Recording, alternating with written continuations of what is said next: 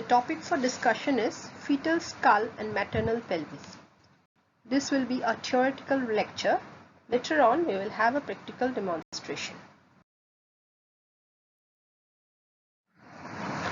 Fetal skull. The fetal skull is compressible to a certain extent as it is made up of thin, pliable tabular bones or flat bones that forms the vault.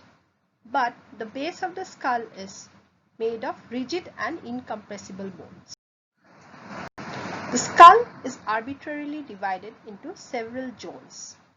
One is the vertex, which is a quadrangular area bounded anteriorly by the bregma and the coronal sutures, behind by the lambda and the lambdoid sutures, and laterally by imaginary lines passing through the parietal eminences.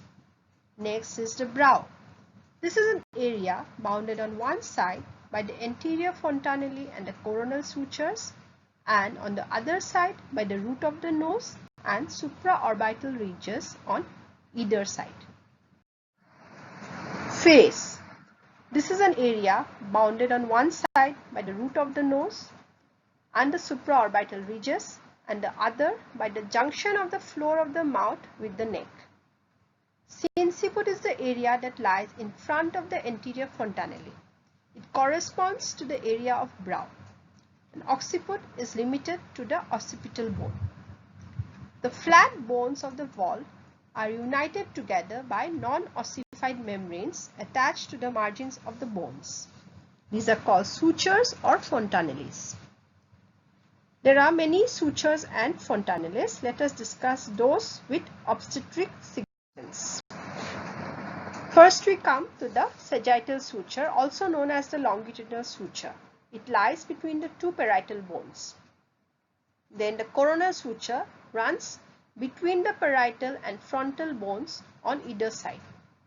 The frontal suture lies between the two frontal bones, and the lambdoid suture separate the occipital bone and the two parietal bones. Now, why these sutures are important?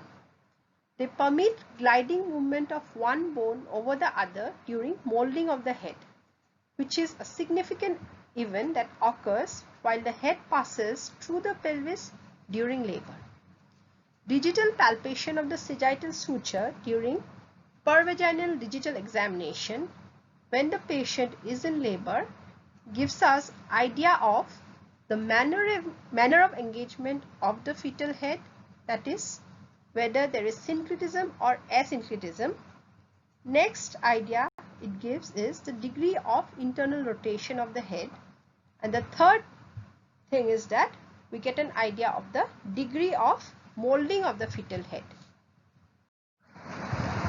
Now, what are fontanelles? These are wide gap in the suture line.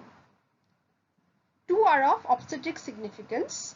One is the anterior fontanelle, also known as bregma, and the posterior fontanelle, also known as lambda.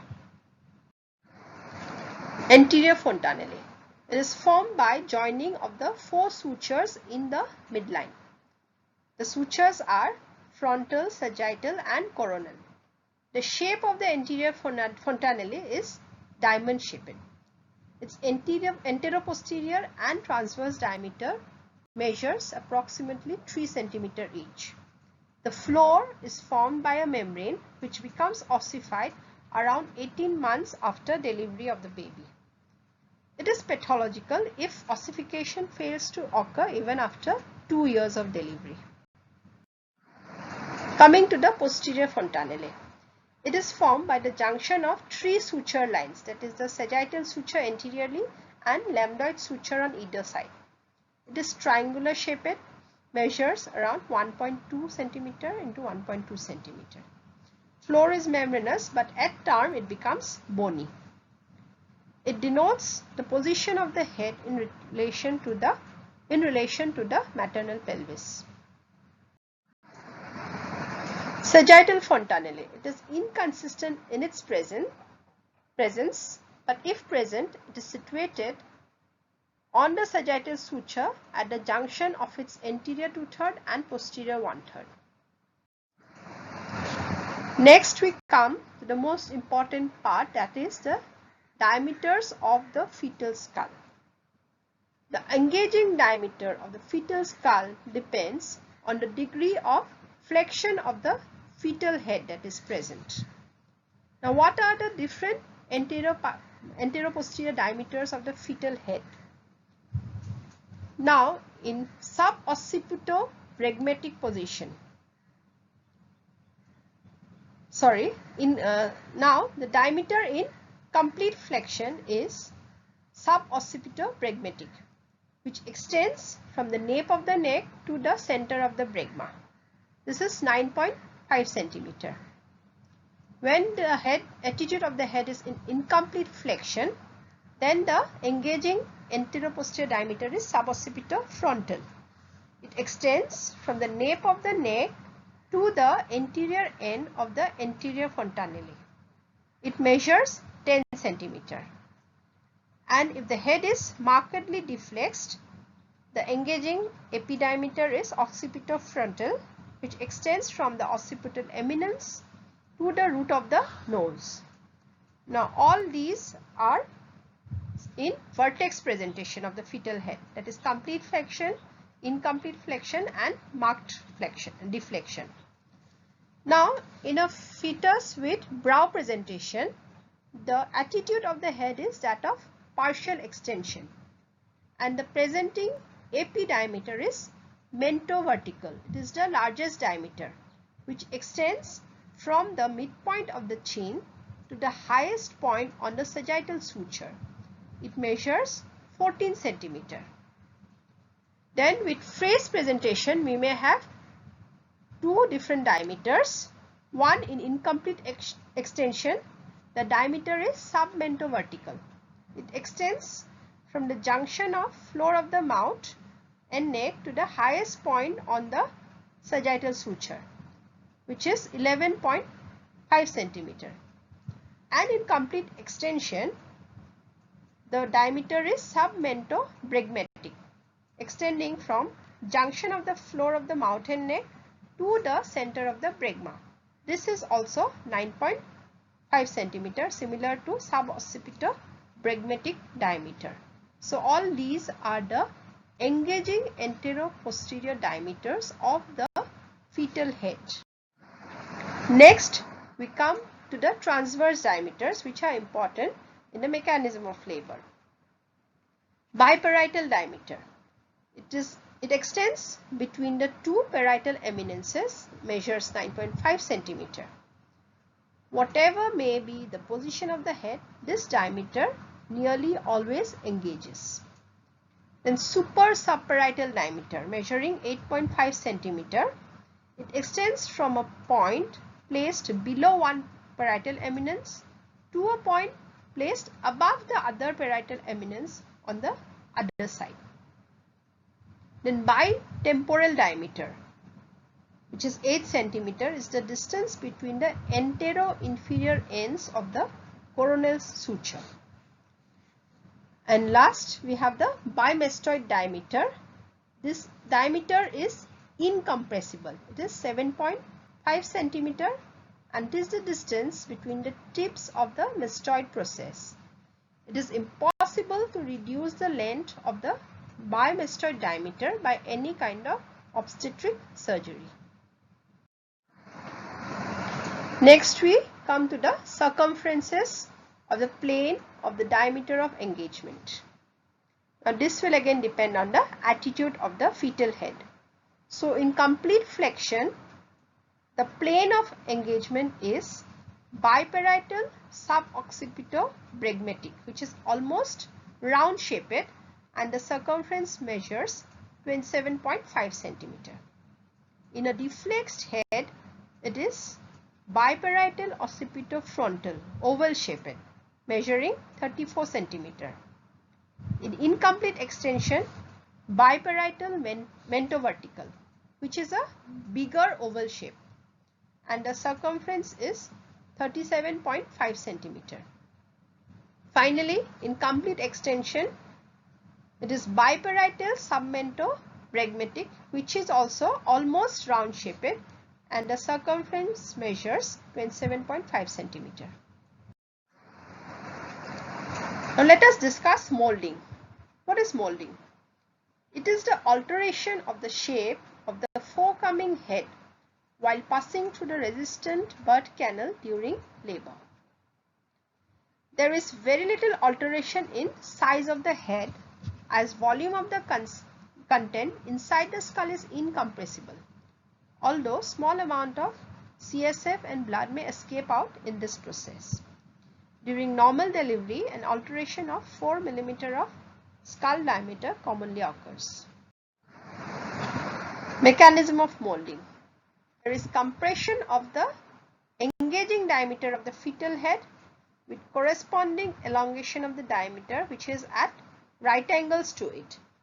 So in a well-flexed head of the anterior vertex presentation, the engaging suboccipito-bregmatic diameter is compressed, and this leads to elongation of the head in mentovertical diameter which is perpendicular to it.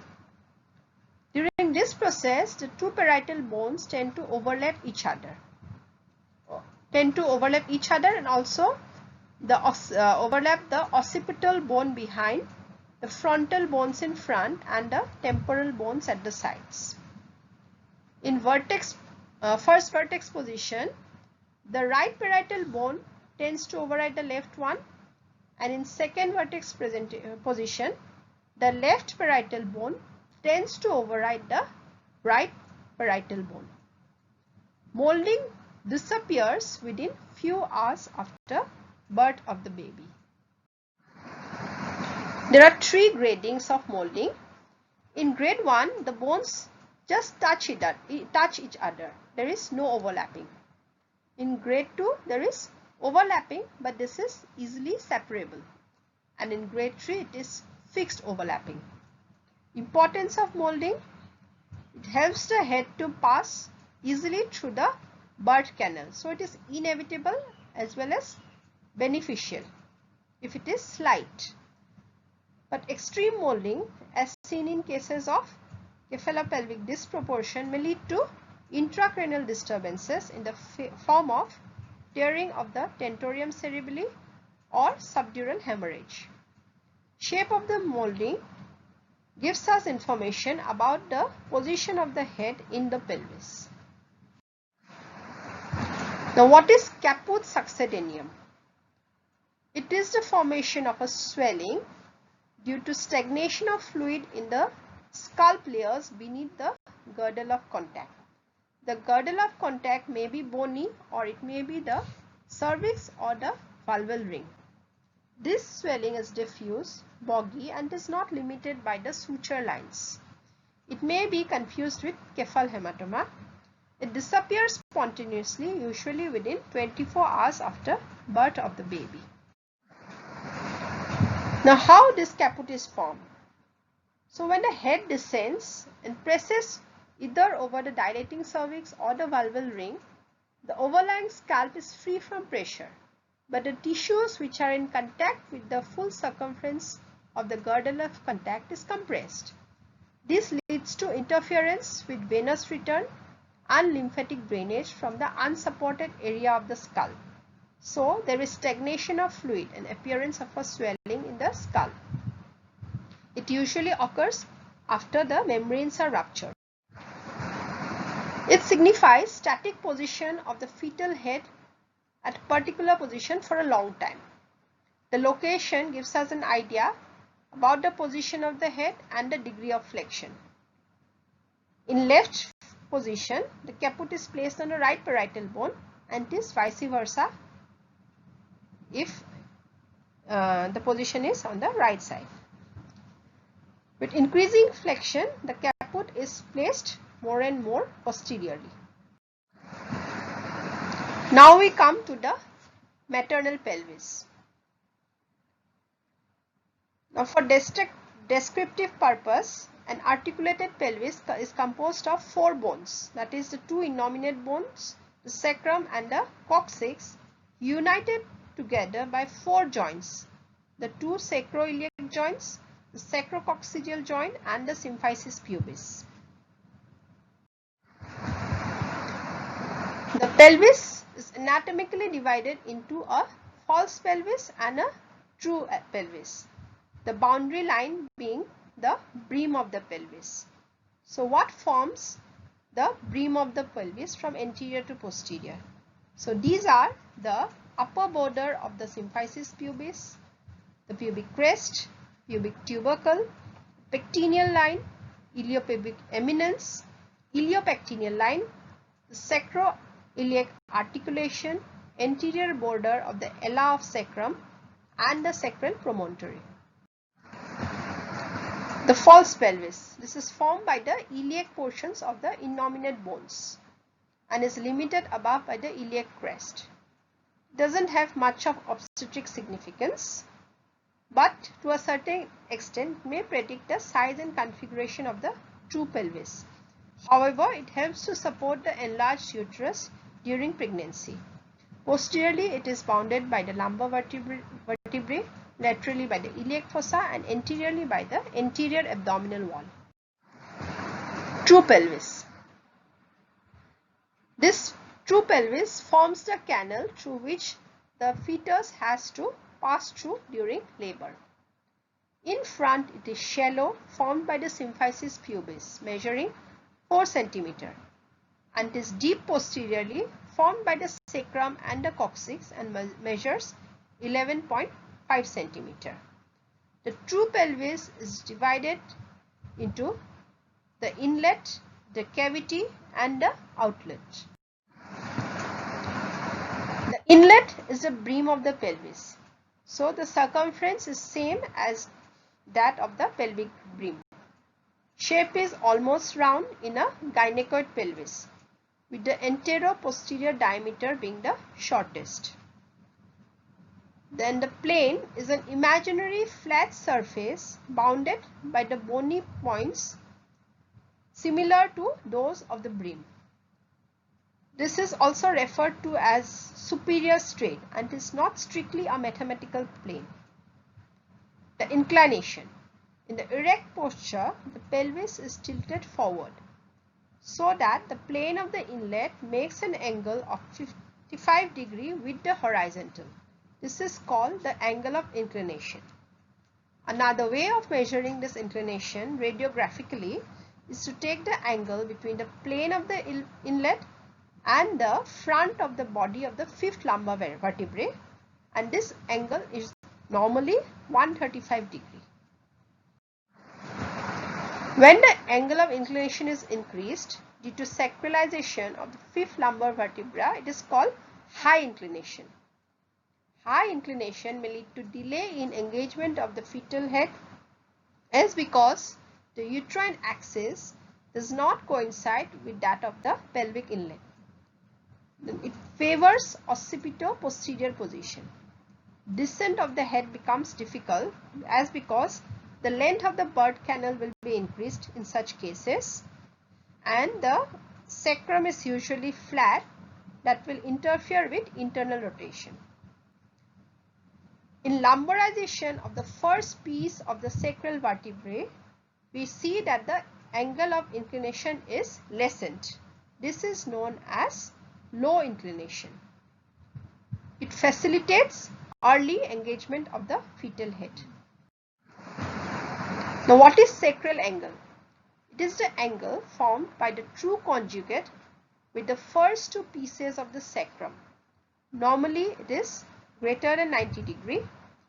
A sacral angle of lesser degree suggests funneling of the pelvis. Axis of the inlet. It is a mid-perpendicular line drawn to the plane of the inlet.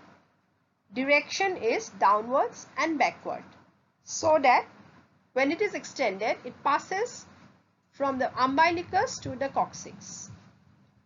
The uterine axis should coincide with the axis of the inlet, so that the force of the uterine contractions are spread in the right direction and the fetus is forced to pass through the brim. Coming to the diameters of the inlet. First is the antero-posterior diameter, also known as true conjugate or anatomical conjugate or conjugate vera. It is the distance between the midpoint of the sacral promontory to the inner margin of the upper border of the symphysis pubis. It measures 11 centimeter. It is not the shortest diameter of the inlet in the epiplane. The true conjugate ideally cannot be directly estimated. It can be measured by first measuring the diagonal conjugate. Then from that we need to subtract 1.2 centimeter, allowing for the inclination, thickness and height of the symphysis pubis. Obstetric conjugate is the distance between the midpoint of the sacral promontory to a prominent bony projection in the midline and the inner surface of the symphysis pubis. This is the shortest anteroposterior diameter in the anteroposterior plane of the inlet. It measures 10 centimeter and it is calculated by subtracting 1.5 to 2 centimeter from the diagonal conjugate. Now, how to measure the diagonal conjugate? The patient is to be placed in dorsal position. 2 fingers are introduced into the vagina, taking all aseptic measures. Then the anterior sacral curvature is to be followed. In a normal pelvis, it is usually difficult to feel the sacral promontory. To reach the promontory, the elbow and the wrist are to be depressed sufficiently while the fingers are mobilized in upward direction. The point at which the bone recedes from the fingers is the sacral promontory. The fingers are then mobilized under the symphysis pubis and a marking is placed over the gloved index finger. The internal fingers are then removed and this distance is measured between the marking and the tip of the middle finger. So that way we calculate the diagonal conjugate. For practical purposes, if the middle finger doesn't reach the promontory or it touches it with difficulty, then it is likely that the conjugate is adequate for an average sized baby to pass through. Transverse diameter. It is the distance between the 2 farthest points on the pelvic brim over the iliopectineal lines. It measures around 13 centimeter. This diameter usually lies closer to the sacral promontory and divides the brim into 2 segments, anterior and posterior. However, the head negotiates the brim through another diameter, which is the available or obstetrical transverse. This diameter bisects the anteroposterior diameter in the midpoint. Thus, the obstetrical transverse is either equal or lesser than the anatomical transverse. Oblique diameters. There are 2 oblique diameters, right and left. Each one extends from one sacroiliac joint to the opposite iliopubic eminence and measures 12 centimeter. So if it is a right oblique diameter, it means it extends from the right sacroiliac joint to the left iliopubic eminence and vice versa. Now sacrocotyloid diameter. It is the distance between the midpoint of the sacral promontory to the iliopubic eminence. It represents the space that is occupied by the biparietal diameter of the head while negotiating the brim in a case of flat pelvis, and it measures 9.5 centimeter. So inlet is over. Next we come to the cavity of the pelvis. It is the segment of the pelvis bounded above by the inlet and below by the plane of the least pelvic dimension. The shape is almost round. The plane extends from the midpoint of the posterior surface of the symphysis pubis to the junction of second and third sacral vertebrae. It is called the plane of greatest pelvic dimension.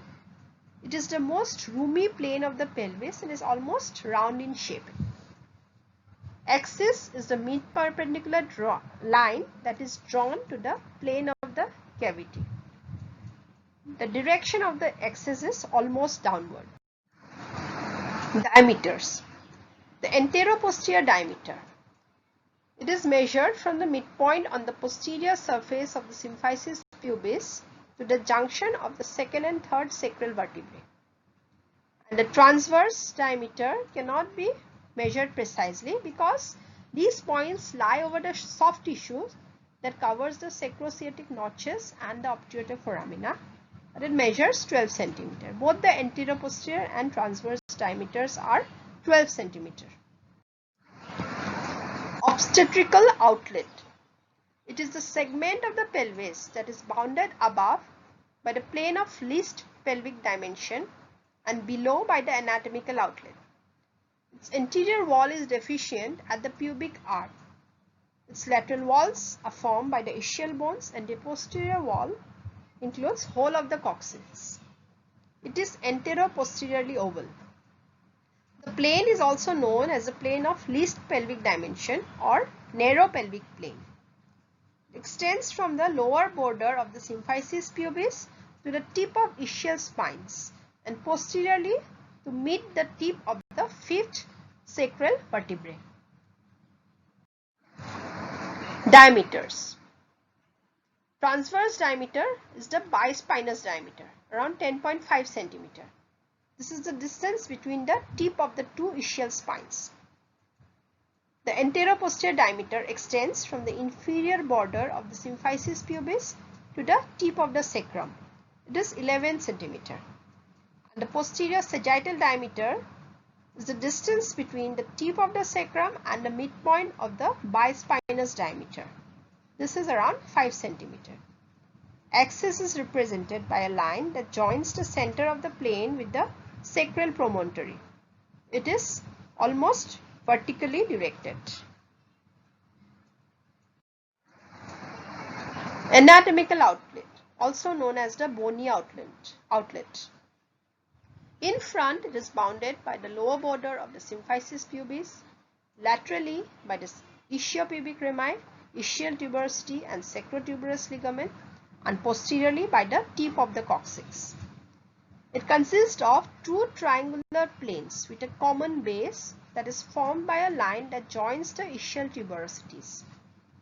The apex of the anterior triangle is formed by the inferior border of the pubic arch and that of the posterior triangle by the tip of the coccyx.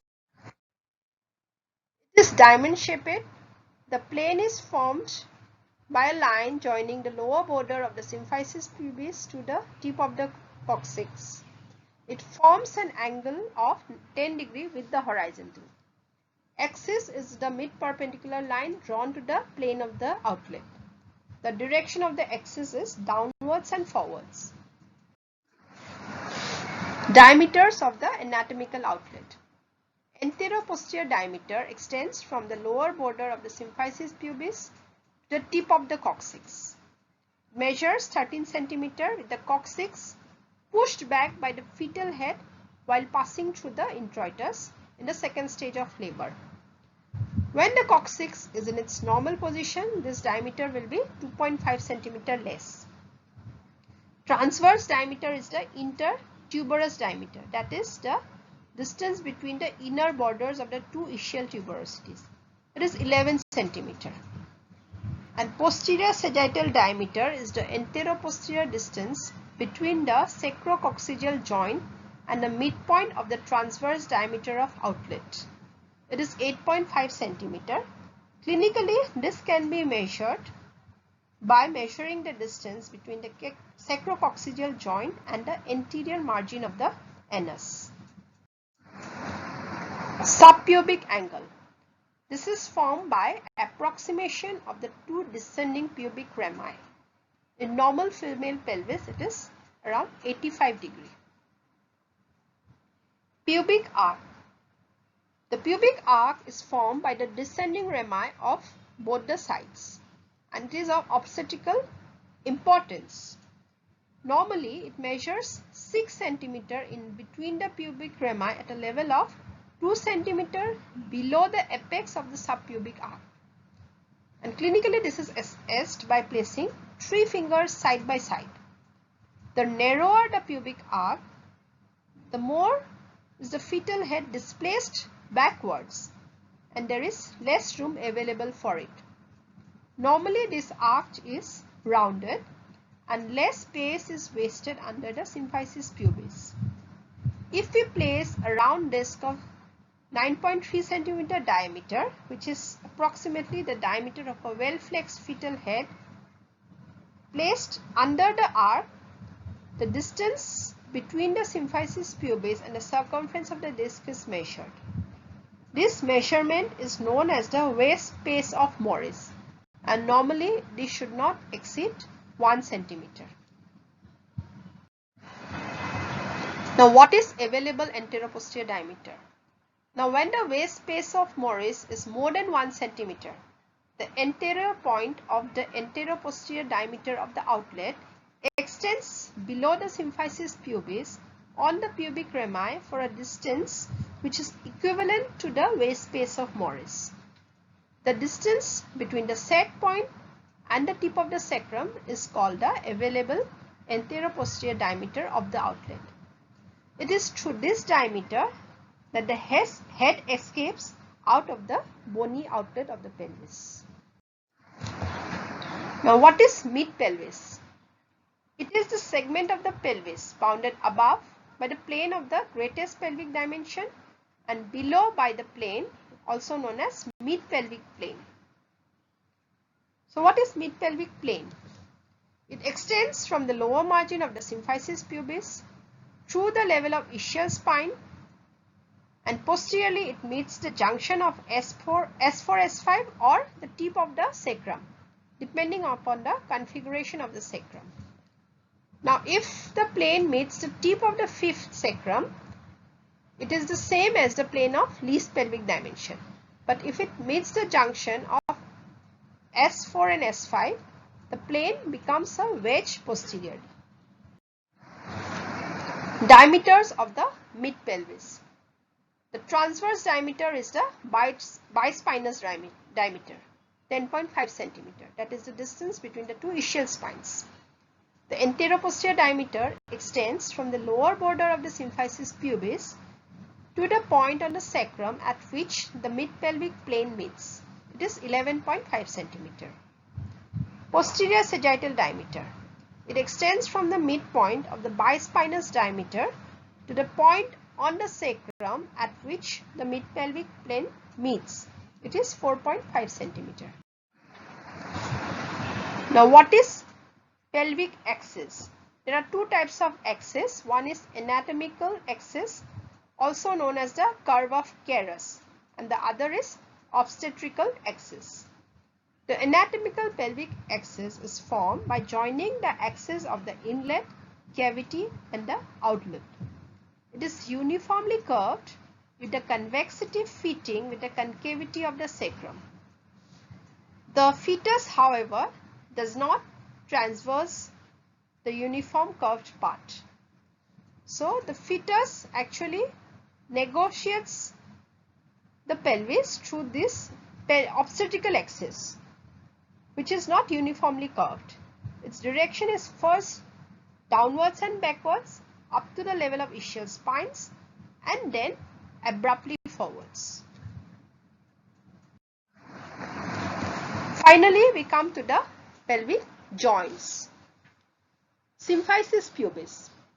This is a secondary fibrocartilaginous joint. It has got no capsule and no synovial cavity. The articular surfaces are covered with hyaline cartilage. Due to softening of the ligaments during pregnancy, there is considerable amount of gliding movement that takes place. Then the sacroiliac articulation. This is a synovial joint.